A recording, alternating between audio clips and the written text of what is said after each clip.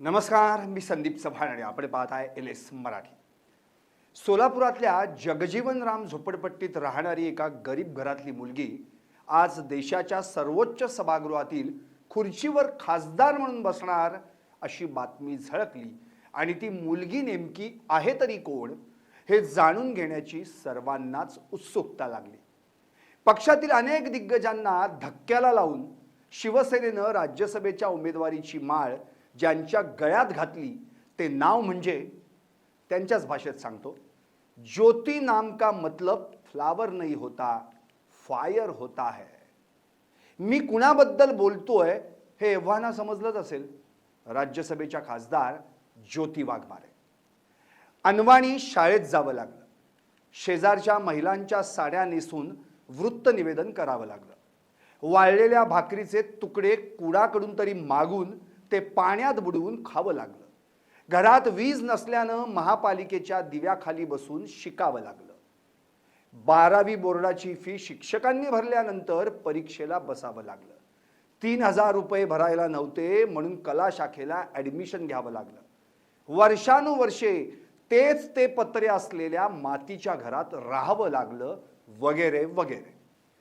आजकाल ज्योती वाघमारे कुठल्या ना कुठल्या तरी टीव्ही चॅनेलवर आपल्या गरिबीचा काळ सांगताना दिसतायत आणि अश्रू देखील गाळतायत। विरासत में हर किसी को सोने चांदी जमीन जायदाद जहागीर नहीं मिलती, किसी को जिम्मेदारियां भी मिलती है। हा डायलॉग असो किंवा कुणी म्हणेल माझा बाप आमदार आहे, कुणी म्हणेल माझा बाप खासदार आहे, पण आज मी अभिमानानं म्हणते की माझा बाप इमानदार आहे, हा डायलॉग असो, या त्यांच्या डायलॉग बाजीला हमखास टाळ्या पडतायत।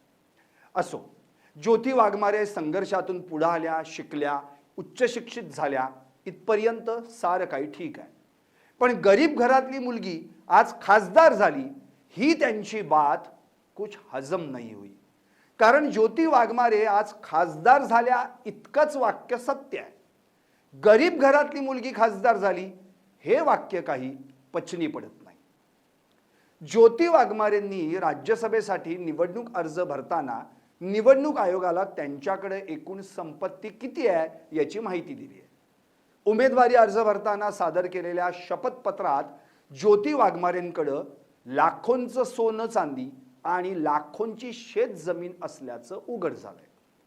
त्यांच्याकडील जंगम आणि स्थावर मालमत्तेसह अन्य संपत्तीची बेरीज केल्यास ज्योती वाघमारे यांच्याकडे कोटभर संपत्ती असल्याचं स्पष्ट होत आहे।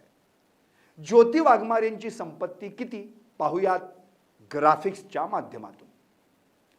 जंगम मालमत्ता 5,78,088 रुपये, स्थावर मालमत्ता 32,74,000 रुपये, वारसा प्राप्त संपत्ती 14,10,000 रुपये, स्वसंपादित मालमत्ता 33,60,000 रुपये, रोख रक्कम 63,000 रुपये, शेत जमीन 27,74,000 रुपये, सोनं 17 ग्रॅम 2,52,100 रुपये, चांदी 41 ग्रॅम 17,244 रुपये, सुझुकी कंपनीची बर्गमन स्ट्रीट गाडी 95,000 रुपये, कर्ज 27,40,564 रुपये, एकूण संपत्ती 1,41,99,652 रुपये।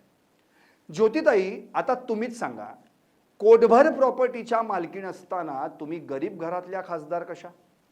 एकेकाळी तुम्ही आर्थिकदृष्ट्या गरीब होतात हे आम्ही मान्य करतो, पण राज्यसभा खासदार होतेवेळी आपण 1,41,99,652 रुपये इतक्या संपत्तीच्या मालकीण आहात हे तुम्हालाही मान्य करावंच लागेल।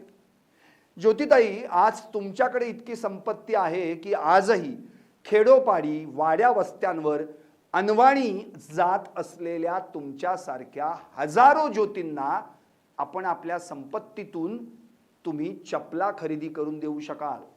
आजही ज्या आया बहिणींना फाटक्या तुटक्या वस्त्रांवर आपलं आयुष्य काढावं लागतंय अशा कितीतरी गोरगरीब स्त्रियांना आपण आपल्या संपत्तीतून वस्त्र पुरवू शकाल।